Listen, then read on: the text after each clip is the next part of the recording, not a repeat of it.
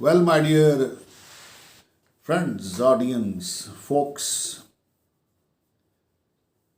गुजारिश ये है कि ये जो शेर होते हैं ये कुछ तो कुलिये सीख के शेर लिखते हैं और कुछ कल्बी वारदात होती है, हसासियत होती है लोगों में, वो उसके ऊपर शेर लिखते हैं।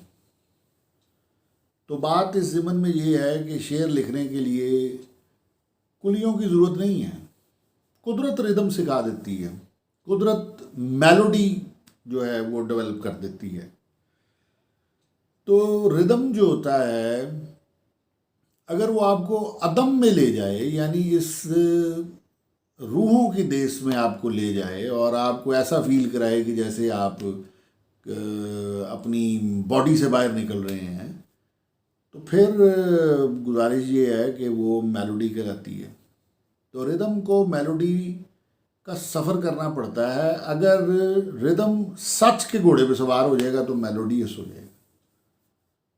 इसी तरह जो शेर होते हैं वो भी मेलोडियस होते हैं अगर वो सच पर हैं। अगर आपकी ज़ाती वारदात है कल्बी, तो फिर मेलोडियस शेर हो जाएंगे। और रिदम कुदरत सिखा देती है। जो वारदाते दिल अपनी है, असर रखती है, मुकाम रखती है, इजहार रखती है। जो वारदाते दिल अपनी है, असर रखती है, मुकाम रखती है, इजहार रखती है।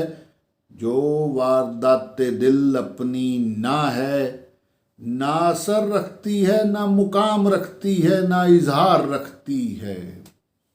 शेरों की वादियों में जमाल है वारदात दिल, वरना कोई बात कैसे कमाल रखती है।